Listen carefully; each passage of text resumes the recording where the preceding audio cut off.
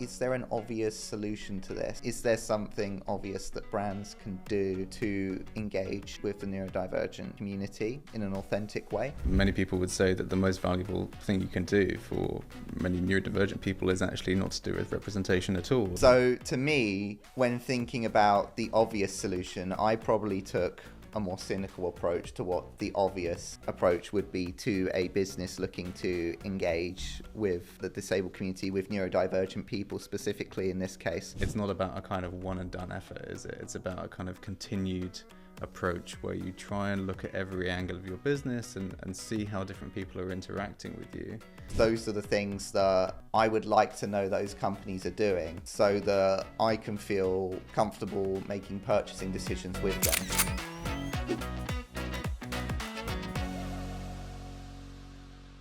Hello and welcome to the Purple Goat podcast. I am Luke, the design manager at Purple Goat. And I'm Bill, and I'm a strategist here at Purple Goat as well.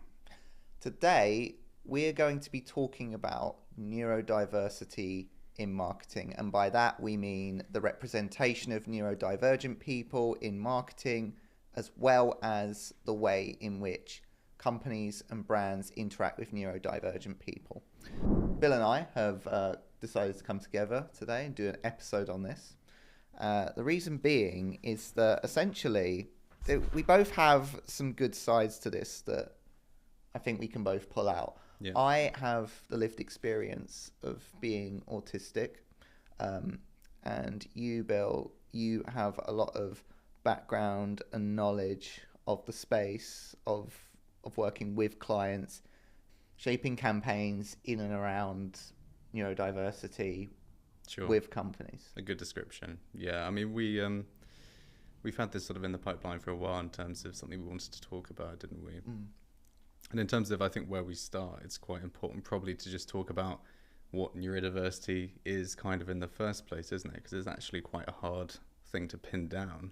I mean, what if you were going to describe it quite succinctly, give you a challenge straight out the gate, what would you say? I think it is quite challenging, and I think it's something that when I think about my lived experience, it's something that I think it's really hard to pin down.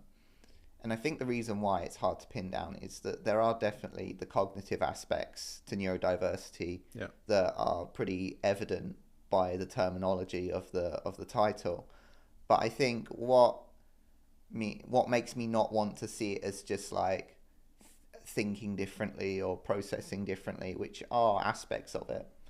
But I think there, with particular neurodivergent conditions such as me and my autism, it's not just about how my brain processes things differently. There's also sensory stimuli, how I react differently to environments and situations, which I think comes into it as well. It can affect me in physical ways as well as mental or cognitive ways. Yeah. And I think that's sometimes not discussed as much. And I think when we think about the social model of disability as well, which is what we are always talking about at PG, Of course. it definitely reflects those ideas of it not being purely,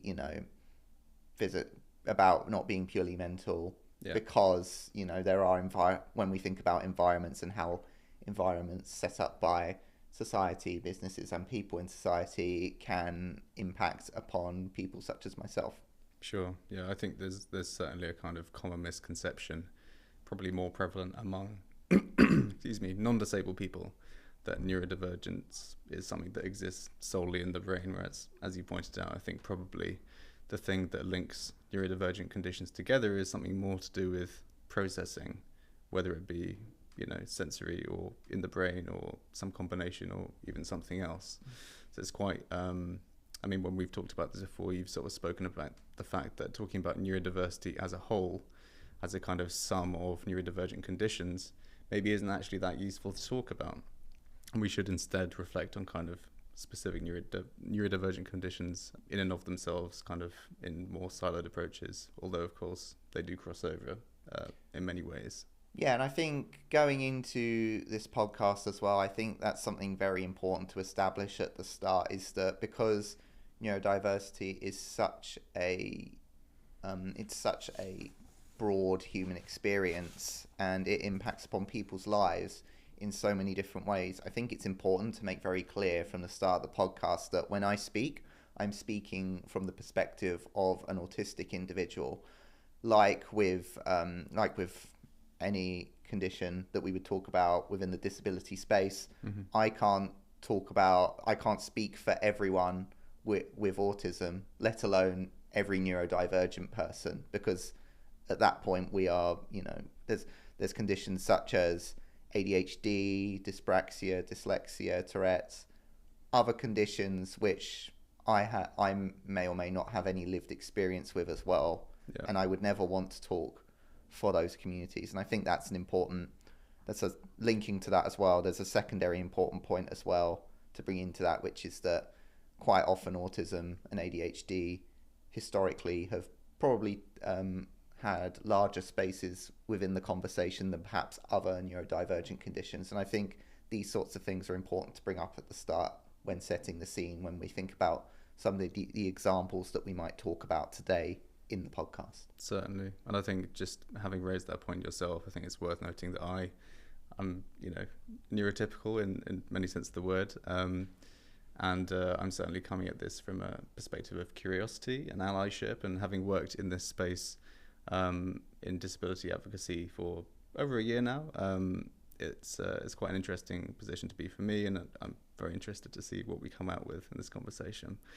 Without further ado, I suppose, having kind of established a bit of the what, it's worth asking a bit of the kind of why, in terms of why we're focusing on neurodivergent conditions and neurodiversity specifically with this conversation. And I think one of the obvious answers for us is that in the scheme of disabilities, there does seem to be comparatively a little bit more stigma attached in society, perhaps, to neurodivergent conditions compared to some other disabilities. And I suppose my first question is, why do you reckon that is? I think stigma comes down to can come from very different sources. I think personally, from the things that I've seen that have impacted and that I've interacted with, there are certain ways in which media as a whole and wider media representation can play a part into people's, especially the public's perception of how neurodivergent conditions manifest in people. I think the thing is, when companies are thinking about this particular area and how to approach it in terms of their marketing, it's often seen as an invisible disability, which means that businesses struggle to interpret in the right and the most authentic ways how to interact with that community in a way that is visible. Yeah. Because partly they want to be seen as being an ally for neurodivergent people. But I think the real point of tension that sometimes these businesses can face is they're unsure how to approach invisible disabilities such as neurodivergent conditions in this visible way. And so in the past, what we've seen is when companies have done this and they haven't consulted neurodivergent people in their marketing and comms, it has led to inauthentic representations of disabled people, neurodivergent people.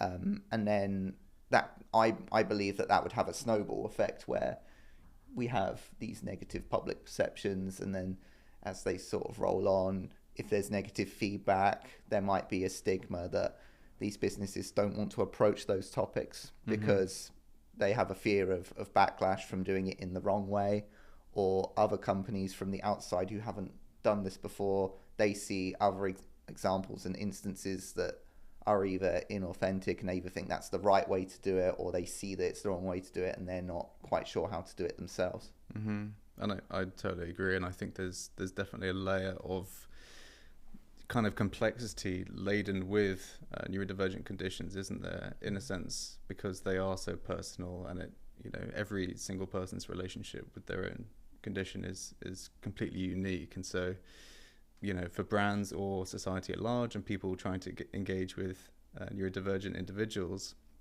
it can, I think, probably be perceived as being quite inaccessible, certainly compared to maybe a disability that is very clearly visible and you can kind of point to and identify and that sort of thing. And the fear of perhaps getting it wrong or offending or appearing ignorant, these are all things which can lead people to kind of withdraw and maybe sort of fail to engage rather than try and do it and sort of make mistakes and ultimately come off badly. So it's a complex issue, isn't it?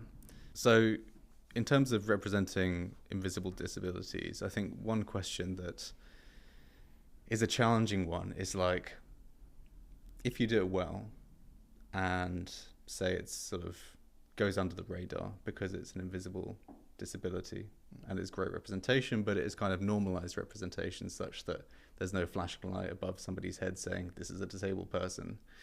Is it still worth doing for brands, firstly? And then secondly, is it still worth putting money, all this money that takes to run advertising and marketing campaigns specifically around, representing marginalized audiences and neurodivergent people, if nobody's going to notice at all that it's a representative campaign? Because a lot of the time, the only way that these sort of things can get the green light is if obviously there's a massive, great PR opportunity alongside it as well. I think the answer to that is yes, and I think that for more than one reason. I think there is obviously the case that it is the right thing to do by society, by neurodivergent individuals, and so companies should be doing it anyway.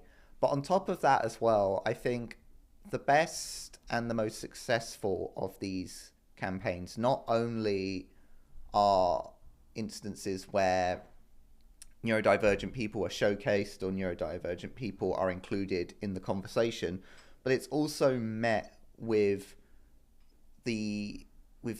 action, because actions are as important as showcasing neurodivergent people in marketing and comms as well. Yeah. And so when it comes to companies doing these things that may on the surface appear invisible, backing that representation up with additional layers, such as providing accessibility adjustments within stores, within products and services that are tailored to neurodivergent people. It's not about the way in which those companies are doing things for themselves, but it's also those companies taking a role in leading society and hopefully other businesses as well in creating a more equitable society through things such as quiet hours in stores, for example, things that they might be hesitant to do in the beginning, which can in the long run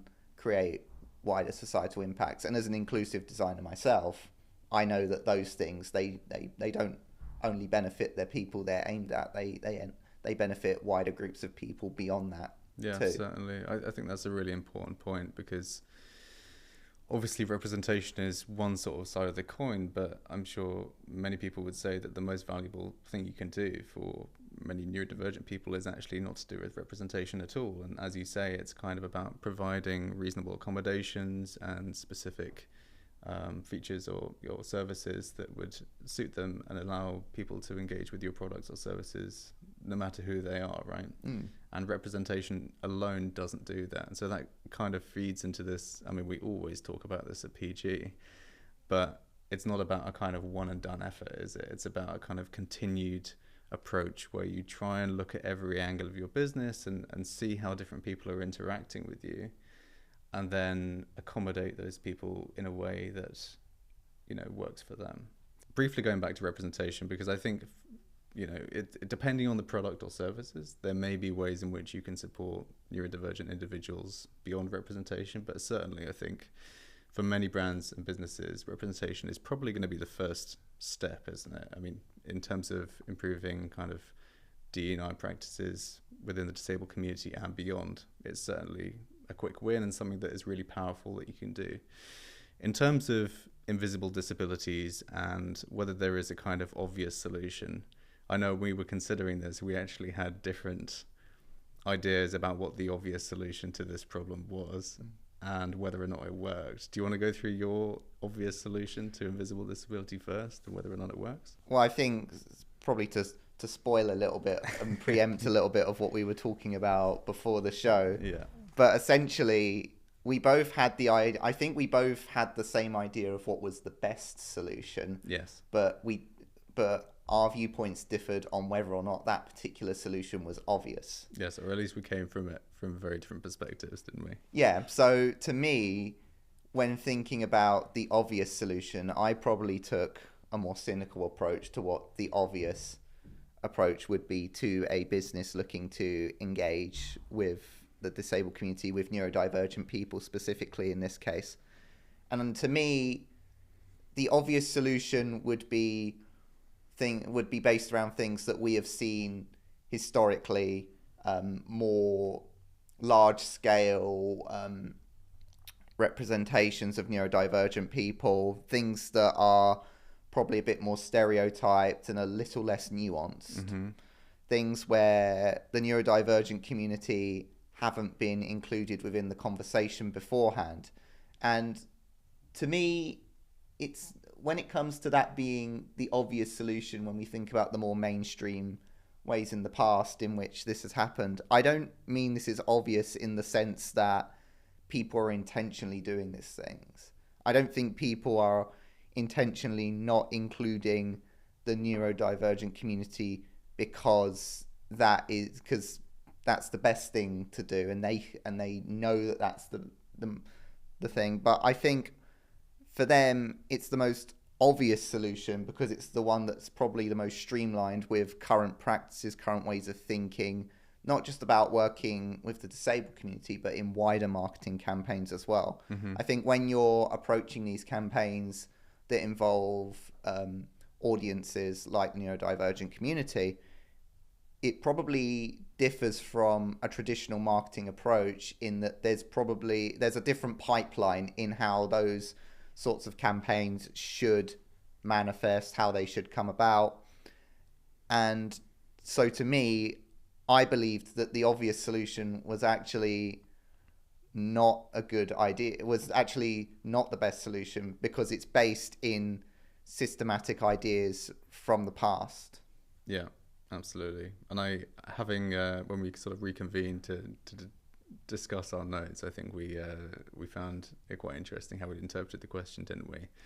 For me, obviously, I thought about this from the perspective of a purple goat strategist within my own brain, if you know the material, work with it. But I saw the obvious solution as, well, obviously, what you do is you work with the community from the start. Mm-hmm. You flesh out a campaign that is kind of built for and around them, and it sort of involves them at every stage, and you sort of do something that has loads of budget put behind it and specifically speaks to an issue that is both relevant and topical for the community, but is also highly relevant and ownable for your brand. And you kind of create this really tight intrinsic link between the issue and the brand and the community, and maybe it goes to a great cause as well, and it's all this kind of lovey, happy, award-winning, show-stopping piece of creativity and marketing. For me, that was the obvious solution. And similarly though, I also thought that it often doesn't work like that, and there are very few campaigns, as we have kind of tried to scour our brains and the internet for, that actually satisfy this criteria. I think we'll go on to one in a few moments, but obviously the reality of the situation is that most of the time people don't have these entire marketing budgets to put behind such a kind of niche issue that perhaps doesn't have the justification in the eyes of the C-suite and so on, at least not yet. So kind of using that argument and saying, well, this is what you should do, or this is the obvious solution, probably isn't as effective, which kind of leads directly into the question of incidental representation. And we already touched on this a little bit, but the fact that we would still argue that incidental representation is still such an important thing to do in your plan, whether or not it kind of goes noticed by the wider public. And, obviously there has been historically a massive kind of employment gap in terms of disabled and non-disabled talent. Mm-hmm. And so there's certainly an argument, even in the short term, that even just employing disabled people goes a long way to furthering sort of society at large. But also it becomes something that eventually, assuming this is part of a kind of wider network of diversity efforts within your brand, something that you can talk about and be proud of. And often at Purple Goat, we encourage brands who are doing great things to talk about the great things that they're doing, because it can be quite scary to kind of feel as if you're boasting. I think that is a common kind of fear that brands have, even if they've been going by the book and we've been working with them. They don't necessarily even want to talk about what they've been doing because it feels like hubris. But actually it's a great thing to do. Not only does it alert the community to the fact that you've been supporting them and kind of probably attract some new customers, but it also kind of puts the proof in the pudding and sets the precedent for other brands to kind of do the same thing. If your biggest competitor has this sort of massive wide-reaching inclusion practice, maybe you'd start doing it as well, sort of match the edge. What do you think about that? Is that sort of aligned with your views on the subject? Yeah, I think with everything you said there on a wider level, I think that's definitely what we would both say is the best way of doing things.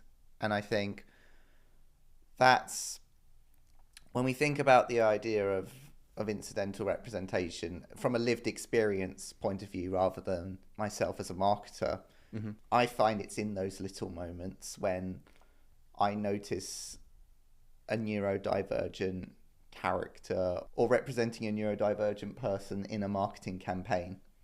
Those little moments are, for me, what makes it these days. It's not even about the most big and grandiose ways of working and representing with the neurodivergent community, but when I notice the little things, the incidental representation, that's what puts a smile on my face, I think, because it's that I think there's a subtle confidence in that too, from the company, to almost say, we know what it is that the neurodivergent community wants to see, but we don't need to say that explicitly. We can say that through the little things that are there, and the people within that audience can pick that up for themselves. They don't need us to then, on top of that, additionally say those things within that. And of course, going back to what you said, when it comes to things such as hiring practices and the idea of companies showcasing what they do with interacting with neurodivergent people, 100%, there are things that I won't see from the front end of a marketing campaign. Things, as you say, about D&I practices internally. Those sorts of things I do want companies to talk about, because those are the things that I would like to know those companies are doing, so that I can feel comfortable making purchasing decisions with them. And I think that's definitely the best time to talk louder and talk wider about neurodiversity. And then that level of incidental representation as well is a way of bolstering that, of making it a little bit better and a little bit more confident. Yeah, nice. I mean, I don't know if you have any examples to mind. I think it's inherently hard to track incidental representation, isn't it? Because, by the very nature of it, it's very hard to detect, probably.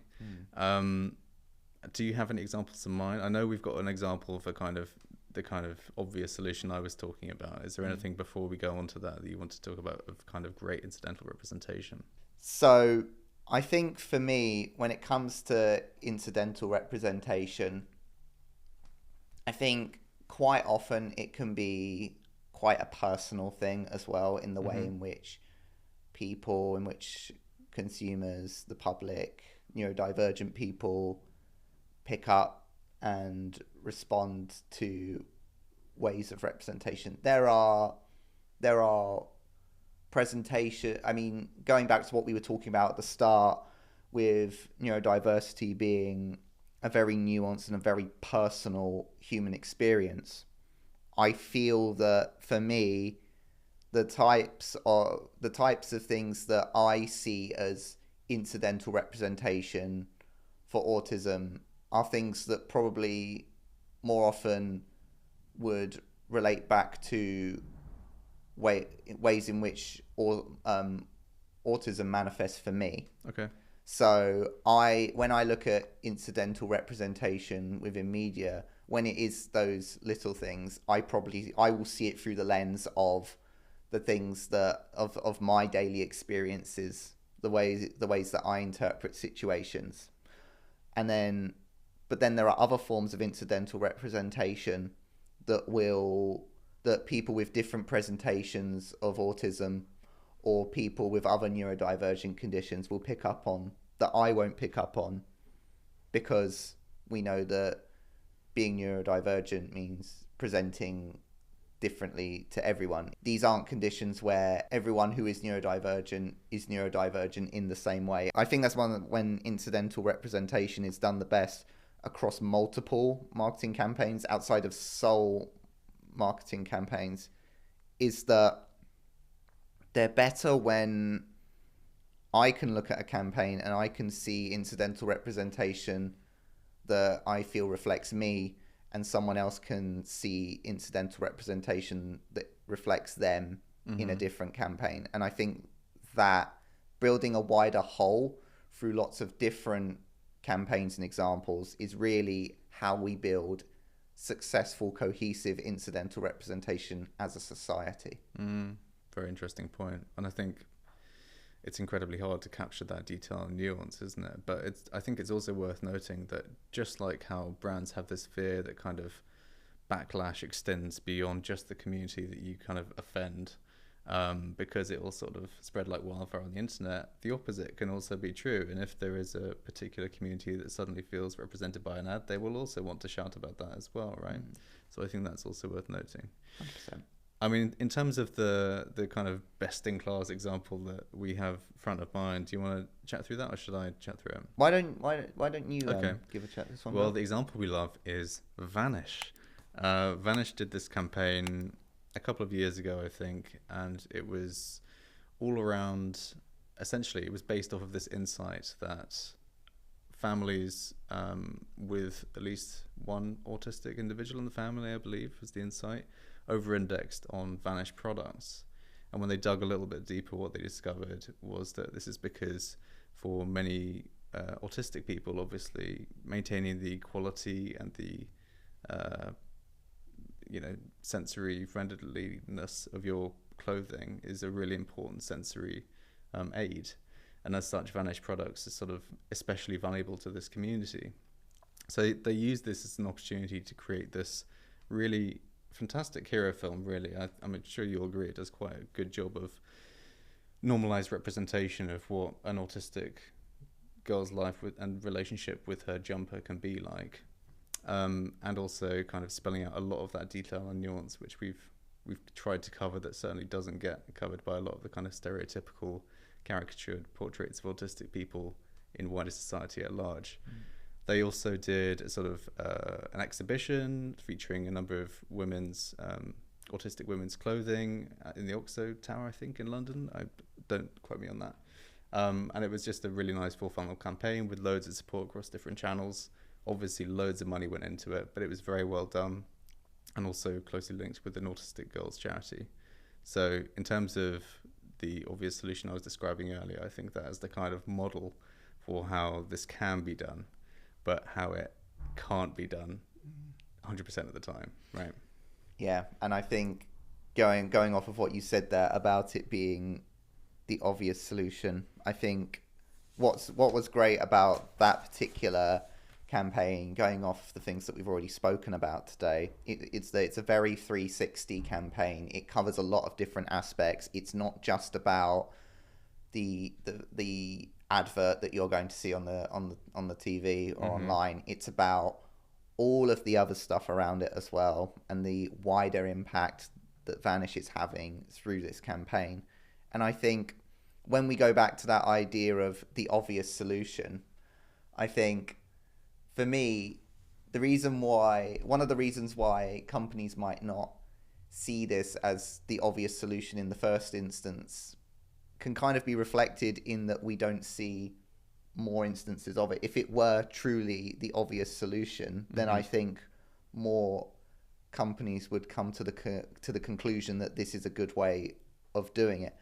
At the same time, though, thinking about the future and thinking about the impact of this one particular campaign, I, as a neurodivergent individual, wouldn't want this campaign to become the flag post, to become the blueprint of how to design campaigns surrounding neurodivergent communities.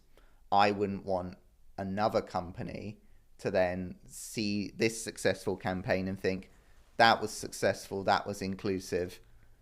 If we do something like that, then we are also being inclusive and we will also be successful in the same way. Because I think while this campaign is very successful and it is very inclusive, it represents a singular presentation of being neurodivergent. Yep. And as I said just before, being neurodivergent has many different presentations. And so for companies looking to also engage with these communities in the future, I wouldn't want them to repeat the success of Vanish in the same way, because at that point we're going back to the same presentation of neurodiversity again and again, which is where we've gone wrong as a society in the past, in that we've built up stereotypes and social connotations around not just being neurodivergent, but what it is to be and how it is to be having different neurodivergent conditions. Yep. And then I just wouldn't want us to replace one thing with another thing. Absolutely. Which is why I would just want this to be a piece of the future rather than the totality of it. Yeah. I mean, I totally agree. I think it's almost a contradiction, isn't it? To sort of pin Vanish to the mast and say this is the best you can possibly do, because what you don't want, it's actually the opposite of what you want, is for people to suddenly kind of just try and emulate that and the single depiction of autism as it was depicted in Vanish, although it was done well, because intrinsically there are so many nuanced differences between everyone's experiences, and so you do need to create this kind of patchwork of representation in order for it to be accurate. But as a first piece of the puzzle, and considering how sparse great representation of neurodivergent conditions are in the world, that's kind of why we're raising it, I think, isn't it? 100%. And I know we kind of touched on it a little bit there, but in terms of society and wider society and the kind of stigma around neurodiversity, I think there's a really interesting thread to pull out about kind of incidental representation or normalised representation of neurodivergent conditions in wider media, and their relationship with the kind of stereotyped representations of neurodivergent conditions, because I think inherently it's much harder compared to other disabilities to improve perceptions of neurodivergent individuals when normalised representation might go completely under the radar, and a kind of stereotyped, caricatured representation of them might be the only obvious thing that you can actually point to and say, that's representation. So in essence, by doing the right thing, you don't have a strong enough counter to the thing you're trying to avoid in the future, and therefore it's harder to kind of turn the ship, as it were. Yeah, because you've got to go against so much of what society has put out through media for so many years. I mean, in addition to my autism, I also had a pre-16 dyspraxia diagnosis as well. And I think growing up, when I think about what dyspraxia meant to me growing up, it meant the way I was told it was that, oh, you're bad at sport, you're bad at catching, and that's what dyspraxia. That's where dyspraxia starts, and that's where dyspraxia ends. That's what it is as a condition. When really, when I started to become more and more involved with the disabled community, I started to see the perspectives and the lived experiences of others who are also dyspraxic. And one thing that I quickly saw was that other things in my life that I may have thought were, that I may have thought were just had nothing to do with my dyspraxia could probably actually be a presentation of dyspraxia.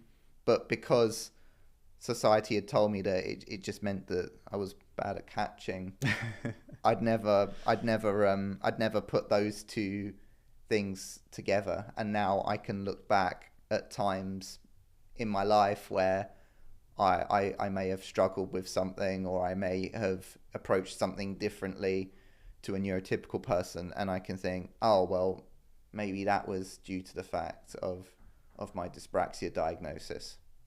But I wouldn't have known that without speaking to and being involved with the disabled community. Yeah, I mean, it's a great example of how ableism in society actually affects everyone, including the disabled community as well, right? So, I mean, in terms of where this all leaves us, I know we've covered quite a lot today. I suppose, what are the key things to remember about this? Where do we kind of land? What do we need to do? What do brands need to do? I mean, what do you want people to take away from this podcast, if anything? I think the main point is that in the past, we've had very mainstream ways of representing neurodivergent people in society, and those haven't been very successful by the neurodivergent community. And the way in which we can enact change and we can do things for the better in the future is by working with neurodivergent people, asking them what it is they want to see, asking what needs they have that the company looking to engage with them can address within their marketing spaces and on a wider level as well. Yeah, nice. I think I'd agree with that. Yeah, I think get involved with the conversation, build some level of understanding, and don't be kind of put off by the fear of getting it wrong, because although neurodivergent conditions are complicated and nuanced and personal, they're also more accessible than you think. And, it's having the conversations within the community that gives you access and a kind of right to play in this space. We'd obviously never advocate to just jumping on the bandwagon and doing a campaign like Vanish without consulting the community, seeing, what the link is between your brand and the issue, or anything like that. So it's always going to be about involving the community from the start, and then punctuating that with moments with the community throughout that process as well. But yeah, I'd say obviously there needs to be a lot more work done, even within the kind of space we work in. Representing neurodiversity is something we see much less than other disabilities, and I think that was overarchingly perhaps the reason we did this podcast today. So in part to draw awareness to the issue, but also just to give a little bit of reassurance that it is possible, it can be done, and don't be scared to try and engage with it. Absolutely. So, I mean, obviously we work with brands all the time to provide this kind of hand-holding in many ways through the process of maybe never having engaged with it before, all the way through to building that internal confidence where, you feel like you have that right to play in the space. You can build a campaign with us at your side that really kind of hits the mark and is going to resonate as intended and really strongly with your desired community, and just build your inclusion efforts into the future. It's always going to be a matter of evolving the narrative, and the narrative itself in wider society does evolve as well. It's not a kind of one and done thing that you can just check off a box. It needs to be something that, and this is what we basically assist with, is working with brands over time to help them ride this wave, and to make sure they're doing everything they can to capitalize on ultimately the 24% of the population who are disabled, which in society is a massive thing to turn the dial, even if you were just concerned about numbers. Well, thank you very much for watching. I know me and Luke had a great time talking about that. Hopefully gave you some new information you maybe hadn't been exposed to before, at least a new conversation. We kind of talked about, obviously, the what of disability, why we're talking about it, both in terms of a kind of personal sense, but also in the kind of wider society and the underrepresentation we see, even at Purple Goat. We spoke about, incidental representation and whether there is an obvious solution. We've obviously both had different opinions about what obvious counts as there, and then just looked at representation as a whole and whether stereotypes and depictions of neurodivergent individual society are part of the problem, which of course they were. So thank you very much. Please like and subscribe and follow us on all of our relevant channels. And thank you very much to ID Studio for hosting us today. It's a really great accessible studio space and we're very grateful. So if you need a podcast studio, go and check them out. Thank you.